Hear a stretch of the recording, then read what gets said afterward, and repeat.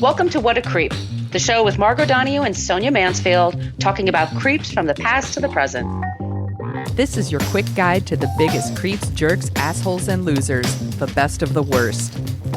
From two nice ladies who want the world to be a little less creepy.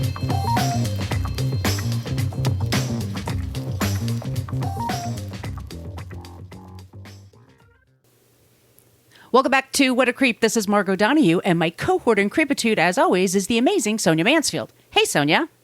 Hello, my friend. Hello, my friend. We are the podcast that talks about creeps from the past to the present. We're talking about a famous TV show in the aughts, back in the 2000s. I think it's going to celebrate its 20th anniversary this year. It has to be because it started in 2004. I'm feeling old. But if you're new to the show, just so you know, every episode we end it with someone who's a non-creep, so you leave feeling Correct. a little more elevated about the world, so you're not all depressed and all bummed out. It's amazing we're doing anything, by the way, because Taylor Swift dropped a new album, and we're busy. We've been like paying attention to it all day, but we are here for you. You can find us on social media. We are on Facebook. We do have a basic Facebook page, but that's where people go to complain about our language. We use salty language in this program, so you mind your kids. You figure it out. It's not on us. Fuck yeah. We're much more interactive in our private Facebook group. You do have to ask to join and just promise not to be a shithead. And we just hang out there and talk about creeps in the news and pop news and all kinds of fun stuff. So come and hang out there. Best group on Facebook. It's the only reason I go there. She's not kidding, y'all. We are on Twitter at CreepPod because somebody had What a Creep for 10 years and then never used it. Great. We're on What a Creep podcast for Threads, Instagram, and Blue Sky. Also, we have an old-timey email, whatacreeppodcast@gmail.com. If you would like some stickers, please send us your address and we will drop them in the mail for you wherever you are on the planet of Earth. Also, because we're always looking for suggestions for creeps and for non-creeps. So just keep that in mind as you're listening to the show today. Sonia, do you want to hear from you? We love do. Hearing from you. We really do. Yeah. Do you want to tell them about the website? Yeah, go to whatacreeppodcast.com and it's everything you want to know about the show, but we're afraid to ask, but you shouldn't be afraid to ask. In each of our episode links, you can open it up. It's a blog post and we link to all of our show notes.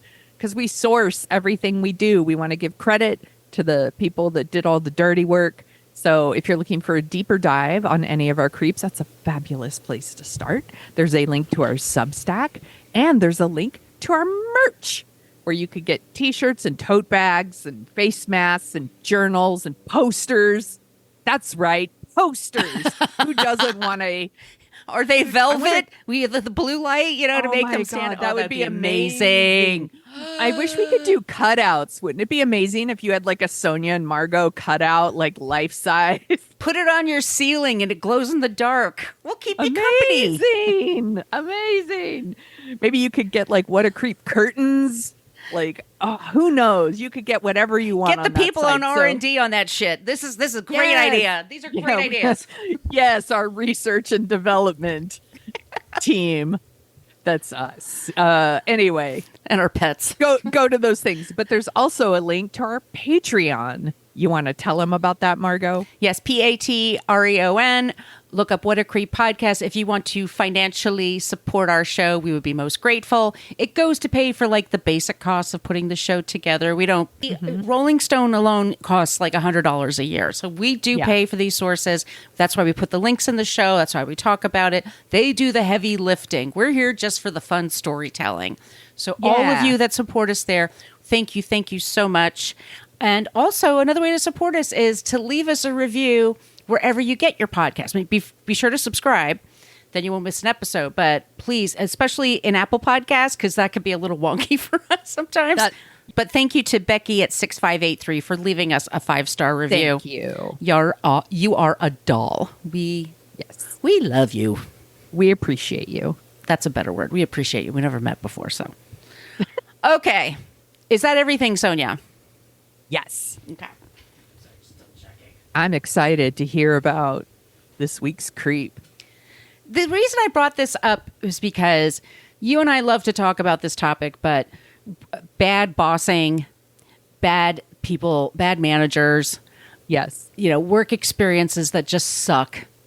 Yes. And there's a couple of things that coalesced for me. One of them was that Quiet on the Set, that documentary.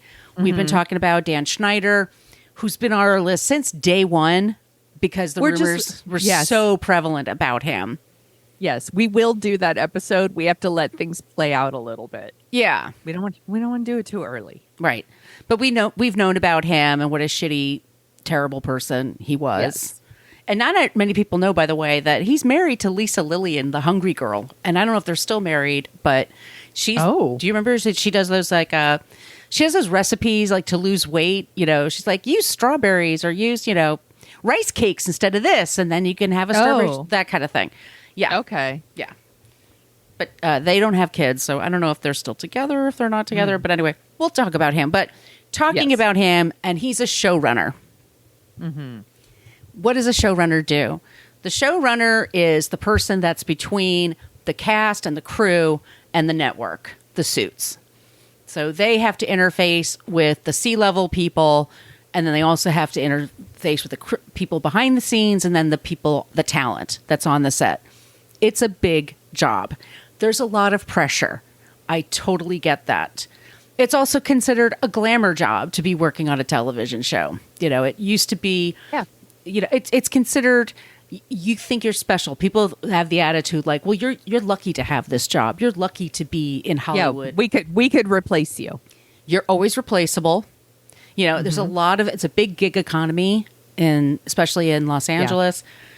And it's tough. I mean, if I love television. I love to watch things. I appreciate that work, but I also appreciate people who know how to lead other people. And yes, and I wanted to talk about this because about Desperate Housewives, and this is the way I got in there. Is like one of our listeners on Patreon recommended that I listen to an episode of Juicy Scoop with Heather McDonald. She's a comedian. She talks a lot about reality television and pop culture, and she had on her show Christy Stratton, who's a writer.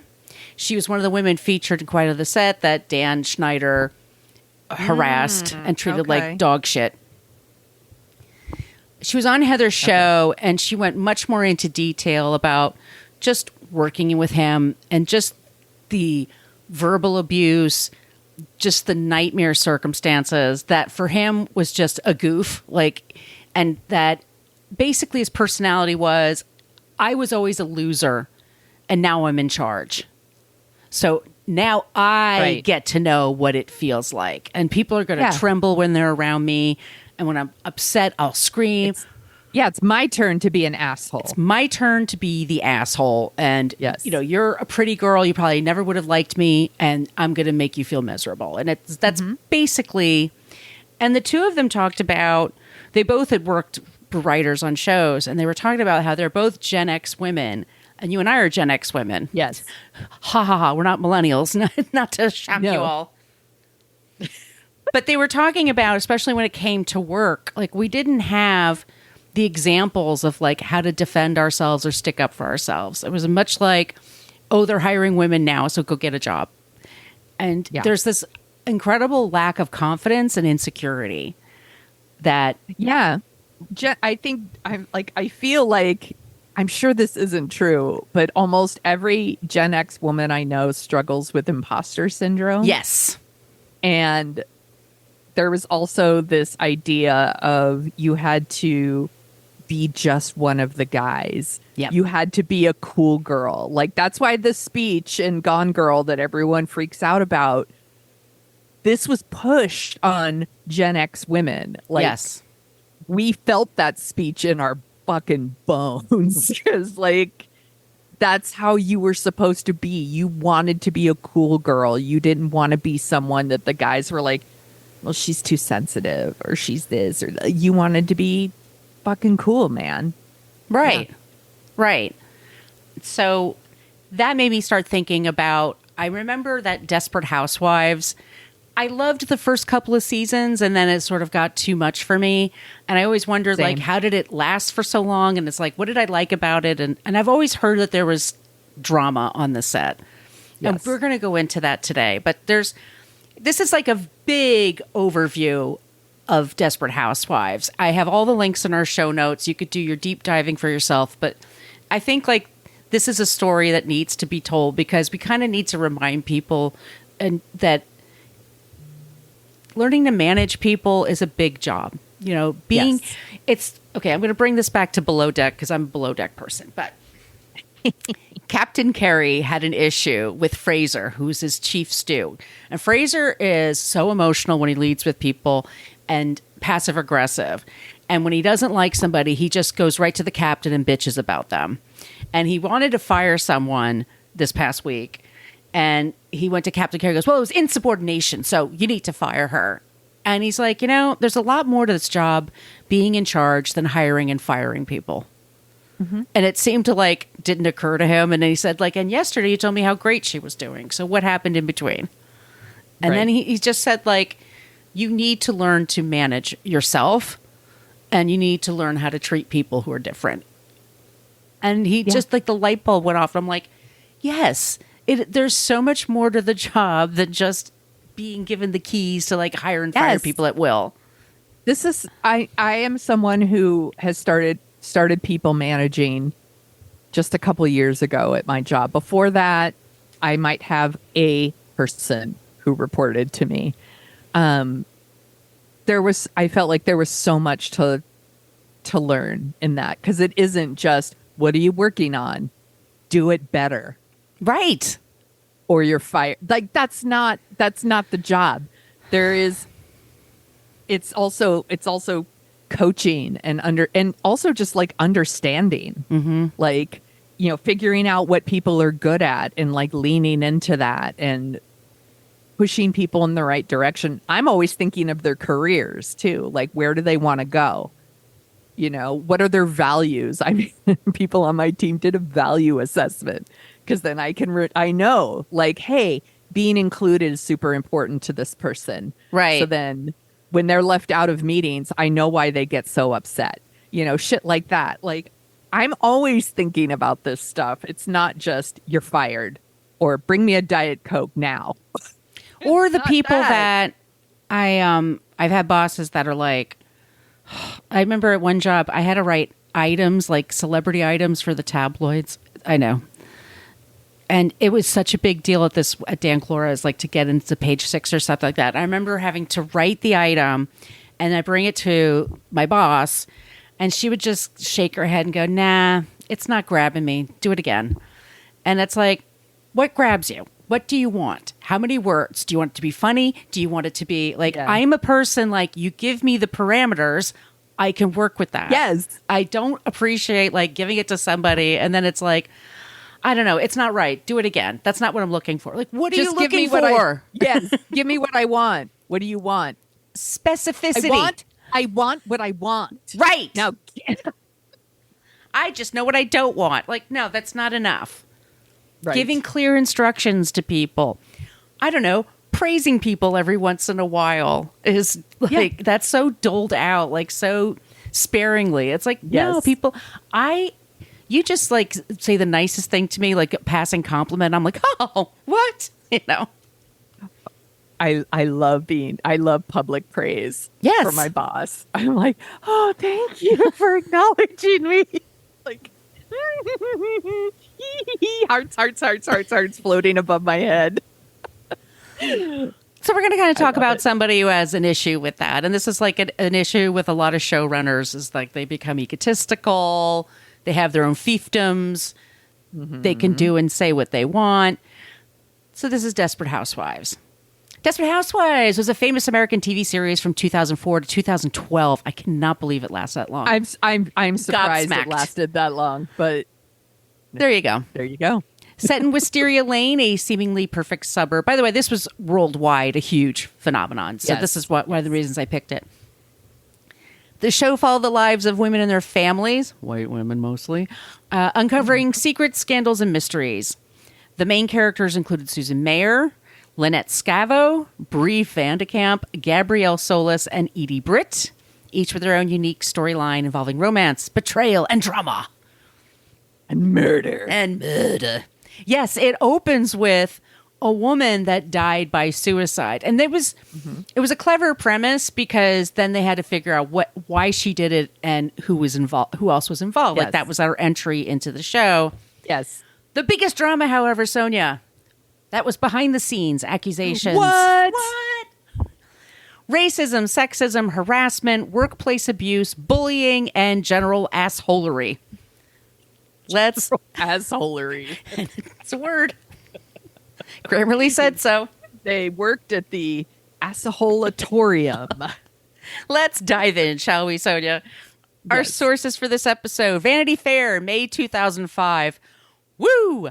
Metro UK, Wikipedia, of course, E! Online, The Daily Beast, Us Weekly, Hollywood Reporter, and a book that I just got with the Libby app. It's available all over, and it's by Patty Lynn, and it's called End Credits: How I Broke Up with Hollywood. Patty Lynn was a writer for Friends. She spent one season on Desperate Housewives. She's worked with Carlton Cuse. She's worked with everybody, and then she's like, fuck this shit. Yeah. Not worth it. All right, so Desperate Housewives is the brainchild of Marc Cherry, who's a very interesting person. Born in 1962, he's from Southern California. In 86, he was on the $100,000 pyramid. Oh, yes. He made I used some money. to watch that. Yeah, I used to watch that. He made $15,000. So he took that money and moved to LA because he dreamed of being a writer. And he arrives there, and then there's a writer's strike. And he had a lot of time where he just wasn't able to find work. And eventually, he broke into the industry by being Dixie Carter's personal assistant. Ms. What? Sugarbaker from Designing Women. Did I tell a you good he was show. gay, by the way? Oh, well, this tracks. So this, okay. yeah, this is also just I completely. love Designing Women. It was such a good show. And I loved her character in particular. Did we talk about Les Moonves? I bet we did. Yes, we've done Yeah. a whole episode about him. Fucking creep. Yeah. He describes himself as a somewhat gay conservative Republican, but he left when a certain person Yeah. foot hit the escalator, as he writes it. Okay. He wrote on The Golden Girls and later on The Golden Palace. Yes, they tried to make a spinoff. No, it wasn't very good. It didn't work out, but Golden Girls was funny as shit. It was fantastic. And then he was working for, different places. And then somewhere around 97, 98, he just didn't have work.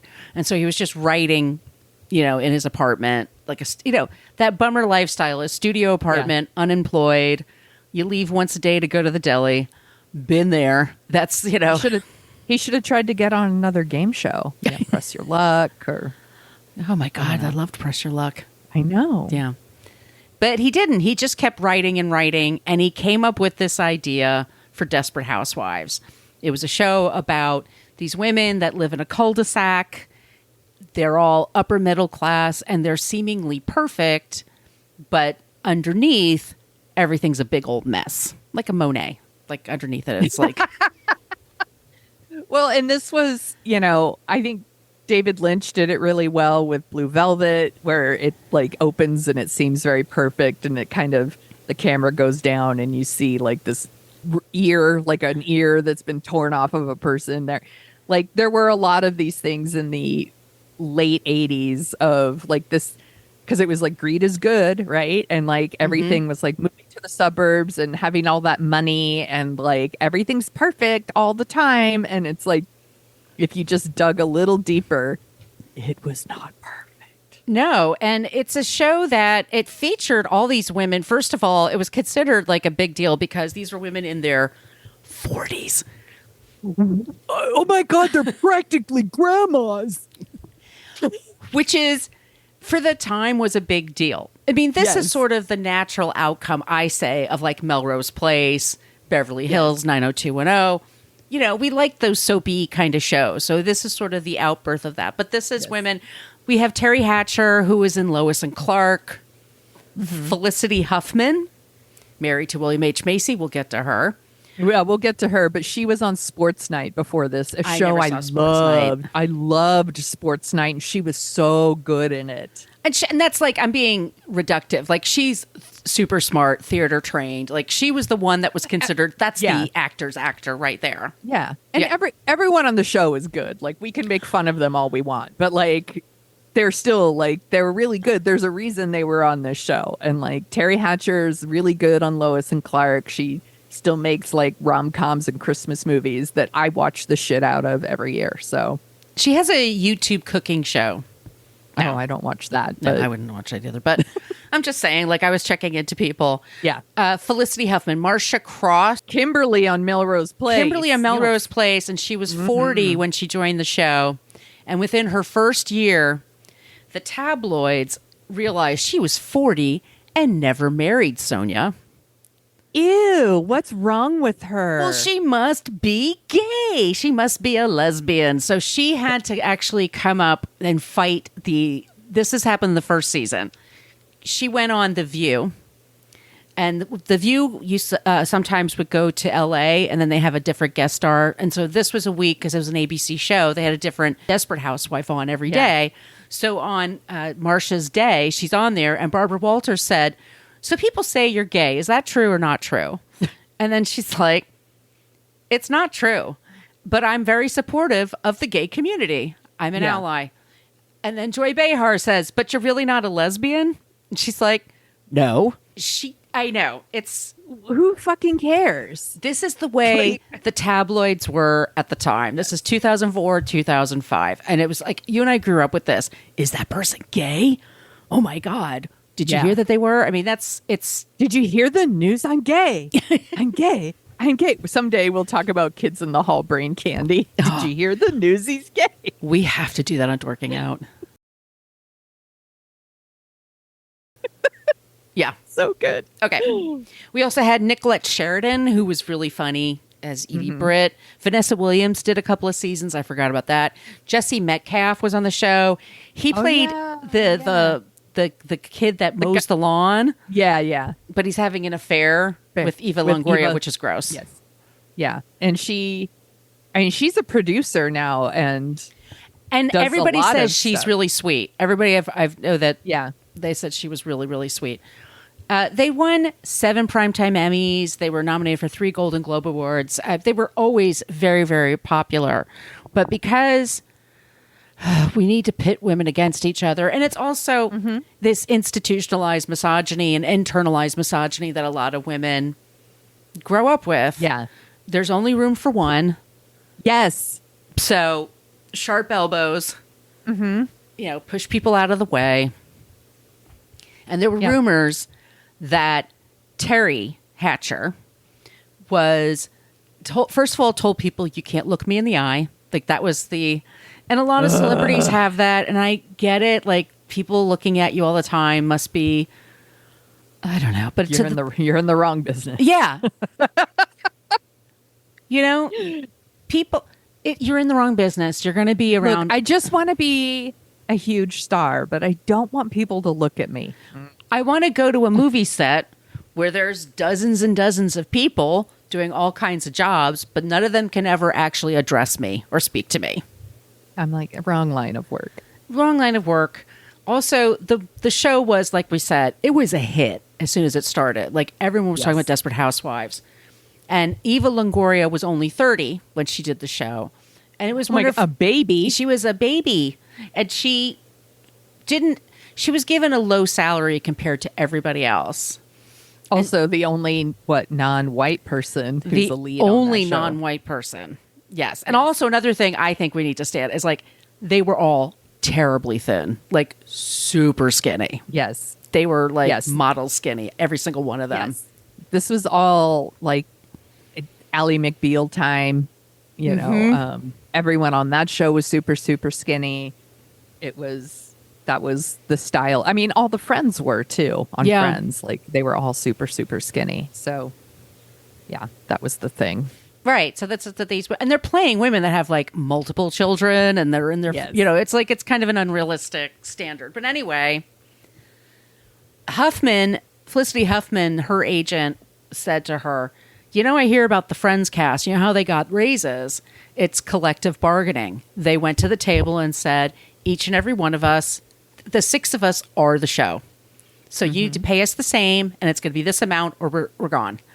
And NBC wisely was like, fine, just pay everybody the same. Then everybody feels good. Everyone feels appreciated. Everyone feels, Hatcher didn't want to do that. She wanted to negotiate completely on her own. So it became competitive over. And then what you hear is, well, we're paying her this much, so we don't have a budget for you. This is the shit that they told. Once again, this show was massively successful. They had money. They had money. The money. This is before the social media things. It was you had to watch it every week, or maybe your DVR picked it up. But it was a big deal. It was appointment television, right? It was Sunday nights. They were on the cover of all the magazines. Their love lives were talked about. I mean, it was a big deal. So they should have been paid the same. That's all like the first season. And in the first season of any show is kind of cray. But Patty Lynn was a writer. She worked on Friends. And in her book, she talks about like what it's like to be a writer on a show. And the pressure sounds like it would give me hives. Like it's, we need 10 funny lines. Come in and say them to everybody, like that kind of thing. No, thank you. No. She went from Friends. She went to a thing called Martial Law, which like had Arsenio Hall in there. I'm going to guess this is about a character that's named like Gary Marshall. No, it's Marshall. Marshall. It's Martial. That's how you spell it. Oh. So it's a guy that's it's an Asian actor who's really good at. Oh, I actually remember this show now. And there was like the Asian lead who totally knows kung fu fighting, and Arsenio Hall was his partner. Yeah. If I remember. Yes. Okay. I remember this. On her first day, and you should get her book because I'm not going to give away everything, but on her first day, Carlton Cuse, who's from Lost, like I think you've heard of him. He made and he has his own shittery that we'll talk about one day. Mm-hmm. He brings her to the office and says, hey, it's her first day. Nervous. What do I do? Where do I sit? Who's going to be my friend? Where do we get lunch? Shit like that. Yeah. And he says to her, here's this script.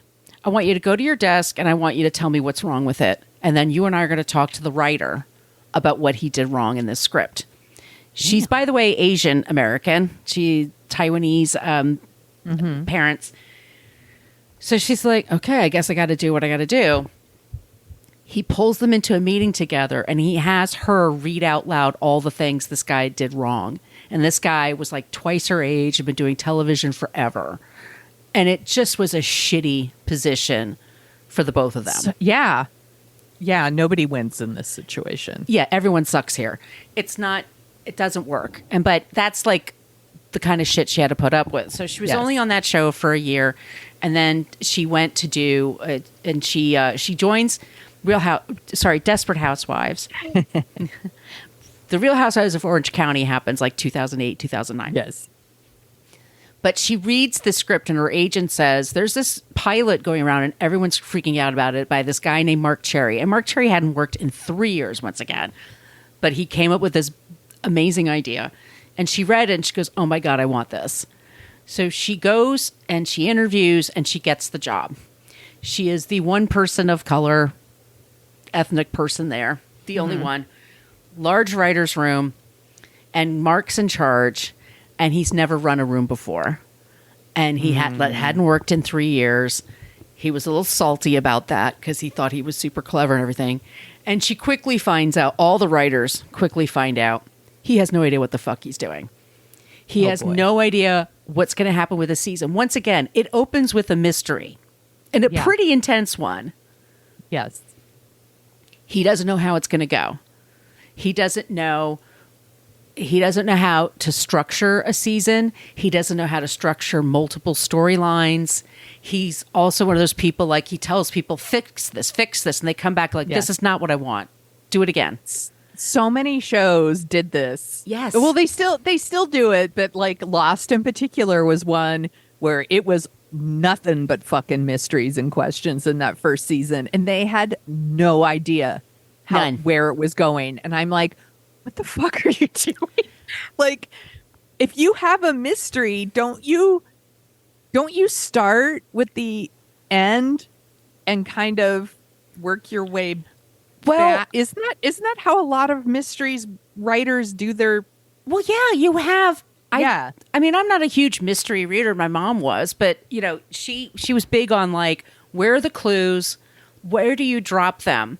You know, and you need the surprises. Like you go into a scene and it turns out exactly the opposite of what you thought it was going to be. Like there's scenes, and he just didn't know any of that stuff. And so he had two guys working for him, and he made them like his deputies, and then they just shit all over the writers. And so the men discussed the bigger parts of the show, and the women were given the more menial tasks of the writing, like the character that does the voiceover at the top and stuff like that. Yeah.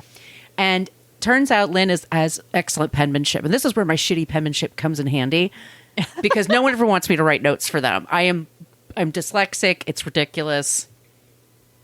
But she writes notes really well, so she's doing all this. So she then has to go there and write the notes for everybody, which is so demeaning, and it's so, you know, it's what they always give the woman to do at these things. No, thank you. But because you're too busy writing, so you don't get to voice your opinions. One time she's in a meeting, and it's the whole cast, the whole crew of writers, and Marc Cherry says to her, Angela, you know that Margaret Cho show? You should write something like that. Because she's Asian. Oh, I get it. So that's like the only thing. She could only write for Asian people. Right. Got it. Right. And there's all kinds of like microaggressions like that. But he was just a total asshole. And so she was there for just one season, and then basically she left the business. But she should have told him, like, you could get a job at Queer as Folk. No? He wouldn't, no, you're writing. He's not done anything that interesting since then. I mean, I'm looking at his IMDb, and it's I'm going to go look him up right now. Sparse, to say the least. So I want to talk about something really hilarious, unintentionally hilarious, and that's a May 2005 Vanity Fair article, which is so fucking funny. But basically, and you know, normally, especially Vanity Fair at the time, the cover subject was treated with kid gloves. They get beautiful photo shoots, the best clothes, and usually just the most softball of interviews, like, because they just want these celebrities to come back and be on their cover. So they said, this show is hot. Everyone's talking about it. Let's have the whole cast on the cover. And it's going to be 9 to 4 on a Saturday. And they made it very clear, no publicists, no agents, no nothing. Everybody just show up. We only have the 6 hours, and they have to do a group shot, and then everybody has to do their individual shots. That's a lot to manage. Yes. Every single one starts bringing their own hair and makeup, of course, which I get. And they all like talk to the stylist, so they approve of the outfits. This is all what you do. Yeah. It's fine. So, but the big thing is that there's a guy that they call the enforcer. They don't name. Okay. But he's to manage all the publicity people. So every actor has their own publicist, a personal publicist. The Desperate Housewives have a PR firm. ABC Television has a PR firm. Disney, which owns ABC, has a public relations department. And they purposely said, we don't want 1,000 publicists walking around negating things and questioning everything. We've got 6 hours. You know, it's a Saturday, take the weekend off. Not only do they all show up, but this enforcer guy is made the leader for all of them. So if anybody has to bitch about something, they go to him, and then he screams and yells, and he basically like bursts, bubble, just freaking out. Just pops veins. Thank you, left or right. They're setting up the photo shoot, and the big dictate that he has, the enforcer, is do not let Terry Hatcher pick an outfit first. because Terry always does what Terry wants. You can't let that happen. And they're like, all right, how do we do that? Terry Hatcher shows up 2 hours early.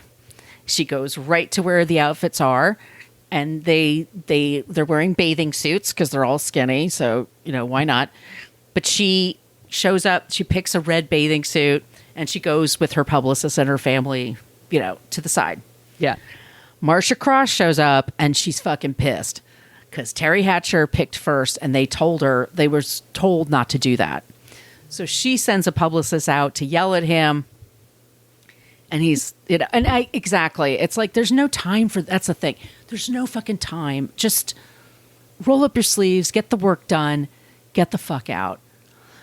Because what happens is eventually you're annoying everyone so much. They're spending so much money to make you look great, to make all of this amazing, to give you more publicity so you make more money. It increases your presence. And basically, Terry Hatcher really fought, and Marcia Cross were fighting. So they were basically kept apart. And Marcia was on the heavy right. And then so they got their shot of all the women, but it was a fold out cover. So Marcia Cross and Nicolette Sheridan were on the inside, and Terry Hatcher was right in the middle. Oh boy. So it's like a huge... Yep. And basically, they're just they must have hated this so much because they just kept writing down all the things that people said and how shit. And once again, it's in the show notes. It's just funny. They rarely screw up this badly. But then after that, the idea was there are no more group shots. They're not going to do that anymore. Also, who knows what these women are told about each other as well, right? There's feeding the fire a little bit. Of course, Terry Hatcher picked the red bathing suit because she knows that that's your color, or, and it's Terry Hatcher's I just picked the red one because I like the red one. I like Baywatch, or who knows? Yeah. Red's my color. Yeah. Nicolette Sheridan always had a hard time. Mark Cherry, like I said, he's not a very likable person.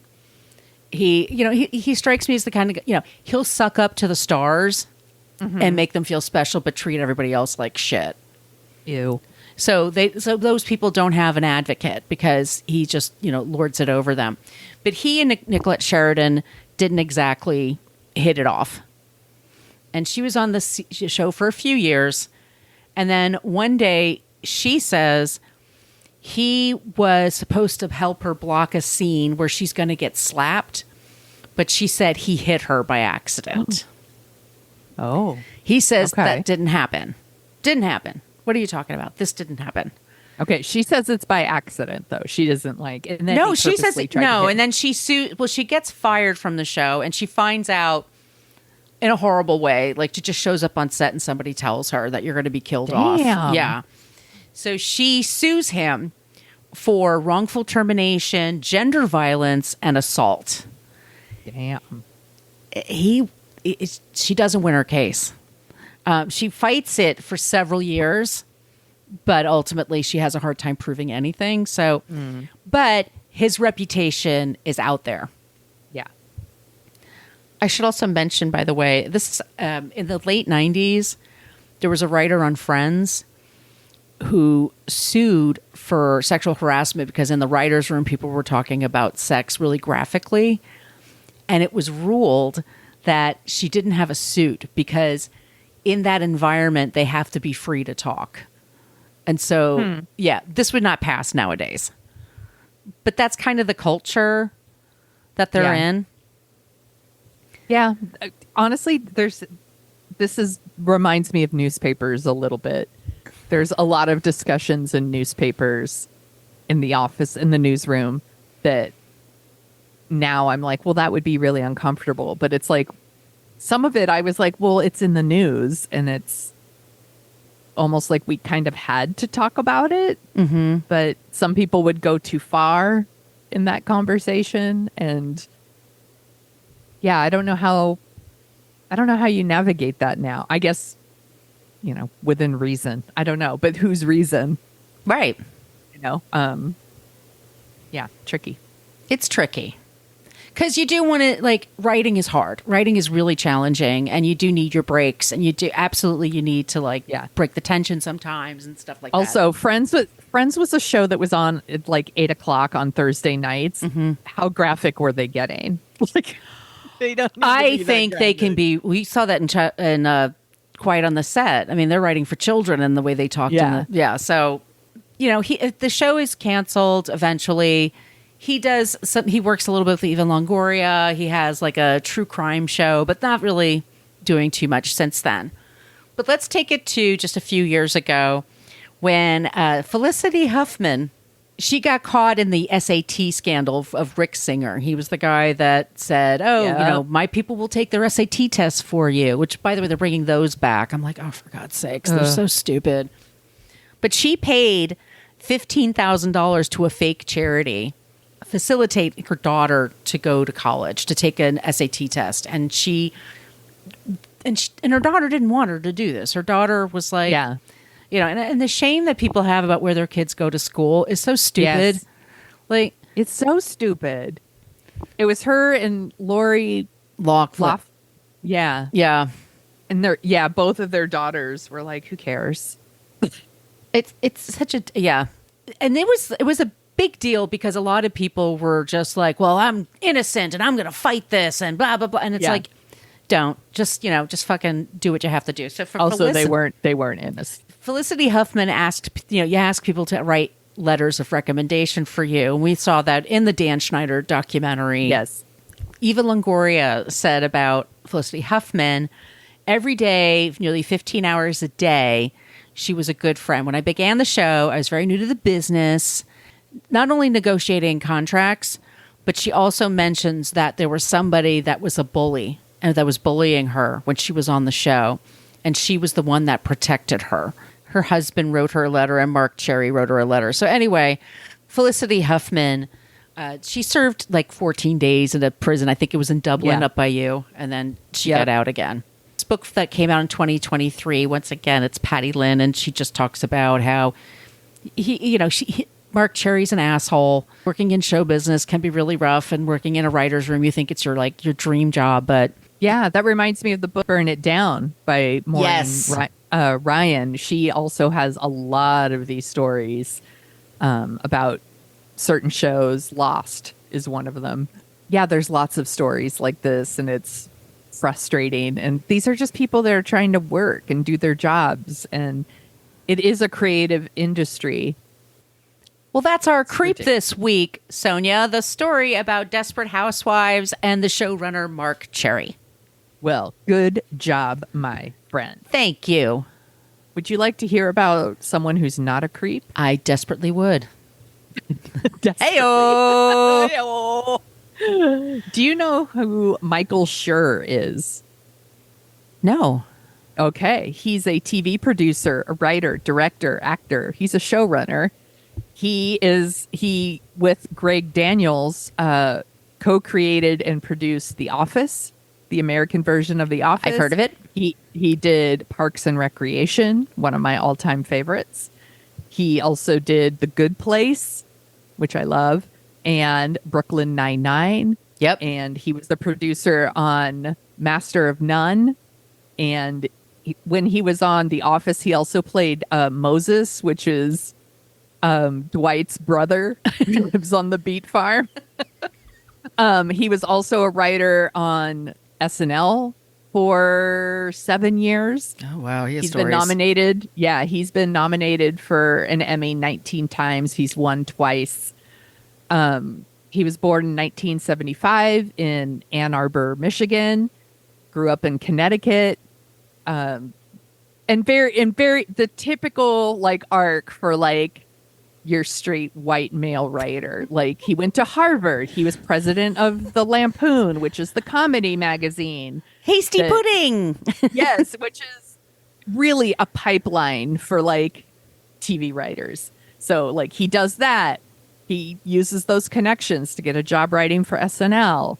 He then gets hired as a writer on The Office that then leads to co-creating Parks and Rec and Brooklyn Nine-Nine and The Good Place. He also produced The Comeback with Lisa Kudrow, which is beloved. People love that show. And more recently, he is an executive producer of Hacks, which I love, with Gene Smart. Oh, yes, Hacks. I thought you said Packs. Yeah, Hacks. I'm like, no, what's Hacks? Hack. And one of the reasons I picked him was because if you watch those shows, you know, first of all, that they have like a really diverse cast, which is great. But it's also a very diverse writer's room. If you want to, and by the way, on the set, nothing but nice things have I read about this man on the set. And when you watch the outtakes from The Office and Parks and Rec, you can see it. Some of the outtakes from those shows are funnier than jokes that were in the shows. Seriously. They were very comfortable with like giving people room to like improv and try different things. And that comes from him. He's very much, he believes in the power of collaboration. Yes. And allowing team members to contribute their ideas and expertise, finding what they're good at and leaning into it, which is why if you watch the first season of The Office or the first season of Parks and Rec, I think most people will tell you those are not their best seasons. And it's because by the second season, he has figured out what people are good at. Yeah. Like Leslie Knope takes off in second season. Ron Swanson takes, like, all the actors, like The Office is the same. It's like he found people who were like working on the set that were like, they're great, and put them on the show. Like, he's very good at that. And all of these shows too are like, have a little bit of that like cringe comedy that can make people very uncomfortable. But the shows are never mean spirited. Which is another thing I really, really like about those shows. But I wanted to talk a little bit about his writer's room. So on The Office, he, you know, people who worked under him include Mindy Kaling and BJ Novak. When he was on The Good Place, Cord Jefferson was one of his writers. Cord Jefferson just won an Oscar for American Fiction. Holy crap. And went on he was also one of the writers of Masters of None, which, say what you will about Aziz Ansari, but like that show was really, really good. It was a great show. Yeah. Yeah.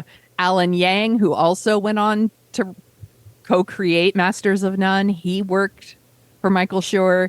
Masters of None, by the way, has won a Peabody Award. It's won Emmy Awards. It's won awards for writing and comedy series.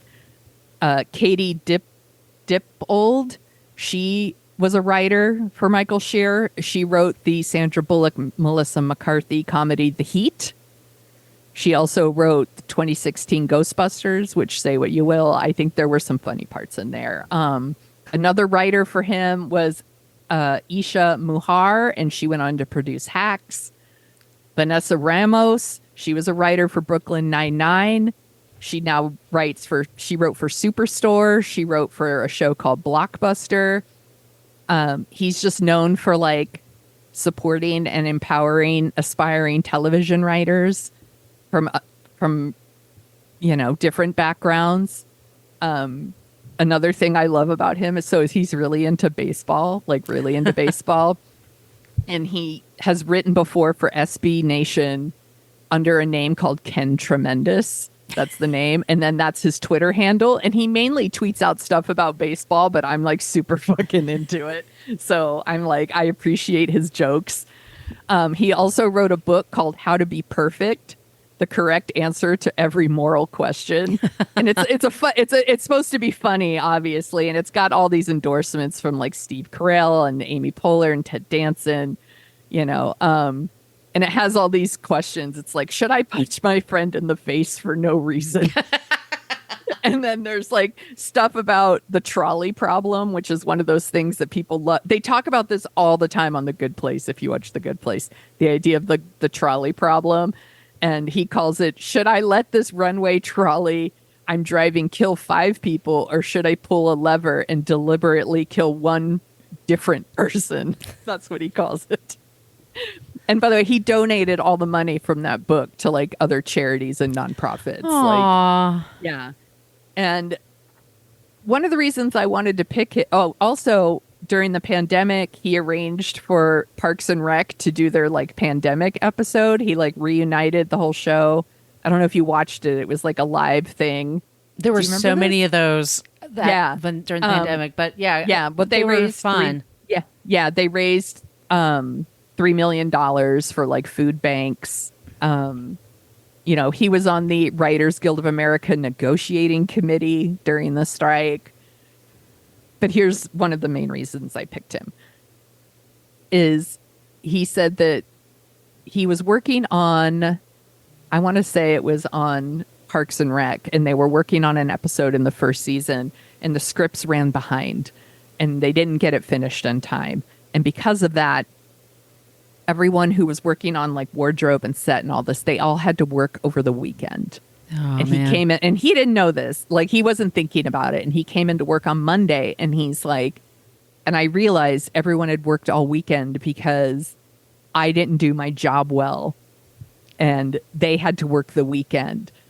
And he's like, I don't want this anymore. And he said, I finally understand what the job of a showrunner truly is. And the job of a showrunner is to ensure that nobody ever has to work on the weekends like that. If you want to boil down the job to one sentence, it's to make sure that nobody gets to work on the weekend. Because if you do your job correctly and you organize your time properly, you ought to be able to create scripts that are good enough and close enough to what will actually be shot to give enough time for everyone on the crew and every department the time to prepare and to have a weekend. It's because that's a human thing that we need. So I didn't get to this, but Marc Cherry, part of the problem in her first season with Patty Lynn worked on, he missed every deadline, like by a country mile. And she was like, how are you the one in charge? Because people would be sitting around 8 hours all day, nothing to do, twiddling their thumbs because he was on set hanging out with Terry Hatcher. And then he would come in and then give them stuff. And he purposely wanted people that were single and didn't have kids because he didn't want anybody who has a life, which is bullshit. This is still something that happens. And I talk to people that I manage too about this. I'm like, you don't have to have children to have boundaries. Mm-hmm.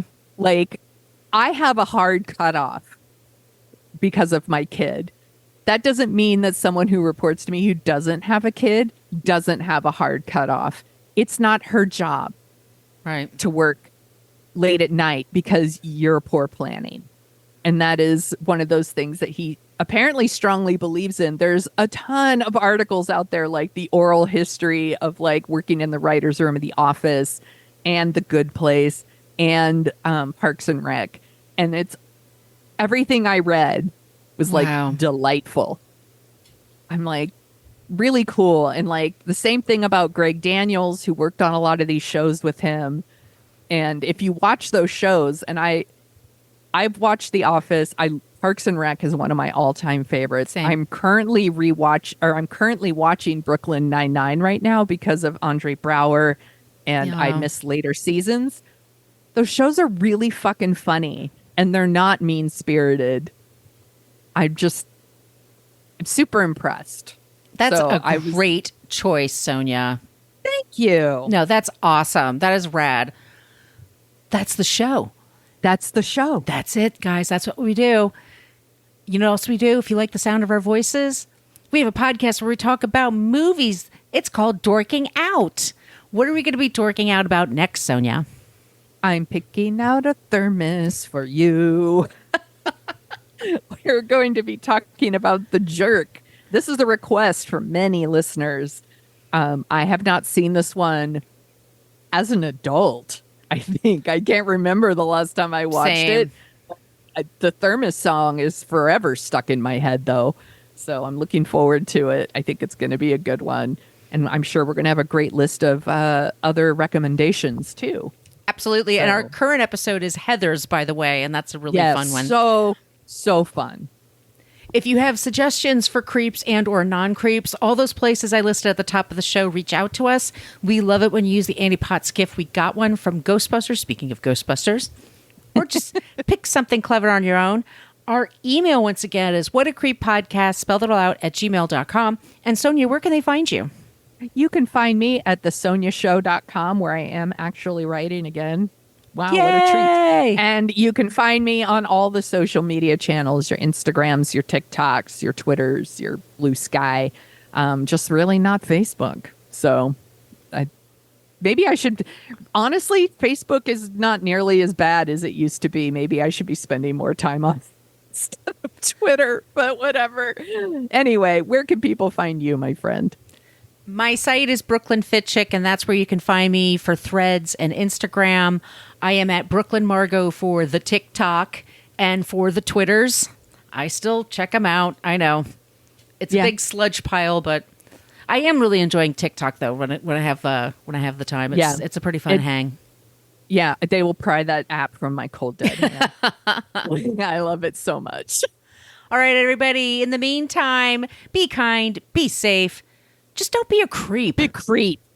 Thank you for listening to us talk about creeps. You can follow us at What a Creep Podcast on Facebook, Twitter, and Instagram. But don't follow us too closely. You can email us your creepy stories at whatacreeppodcast@gmail.com. But please keep your dick pics to yourself.